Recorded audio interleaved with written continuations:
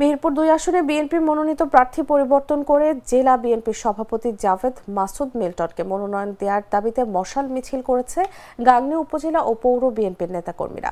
মঙ্গলবার সন্ধ্যায় গাংনী উপজেলা ও পৌর বিএনপির কার্যালয় থেকে মিছিলটি শুরু হয়ে শহরের প্রধান সড়ক প্রদক্ষিণ করে একই স্থানে শেষ হয়। গাংনী উপজেলা বিএনপির সভাপতি আলফাজ উদ্দিন কালুর এবং পৌর বিএনপির সভাপতি মকবুল হোসেন মেঘলার নেতৃত্বে অনুষ্ঠিত এই মিছিলে নেতাকর্মীরা স্লোগান দেন। মশাল মিছিল শেষে সংক্ষিপ্ত সমাবেশে বক্তারা বলেন, মেহেরপুর জেলার অন্যতম ত্যাগী ও জনপ্রিয় নেতা জাভেদ মাসুদ মিল্টন, তাই দলের স্বার্থে তাকেই মনোনয়ন দিতে হবে। জাভেদ মাসুদ মিল্টনকে মনোনয়ন না দিলে এই আসনটি হারাতে পারে বিএনপি।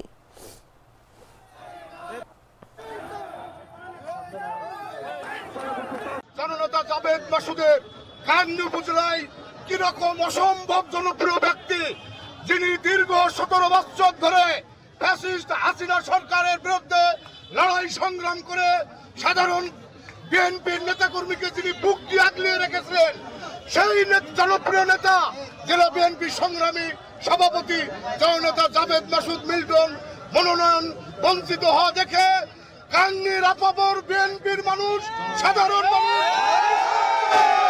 সবাই আজকে বিক্ষোভ মিছিলে ফেটে পড়েছে।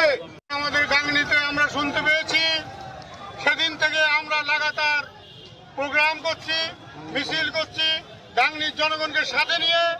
আমরা আশা করি যতক্ষণ পর্যন্ত এই অপ্রত্যাশিত মনোনয়ন পরিবর্তন না হচ্ছে, ততক্ষণ পর্যন্ত আমাদের এই আন্দোলন সংগ্রাম জনগণকে সাথে নিয়ে আমরা চালিয়ে যাবো ইনশাআল্লাহ।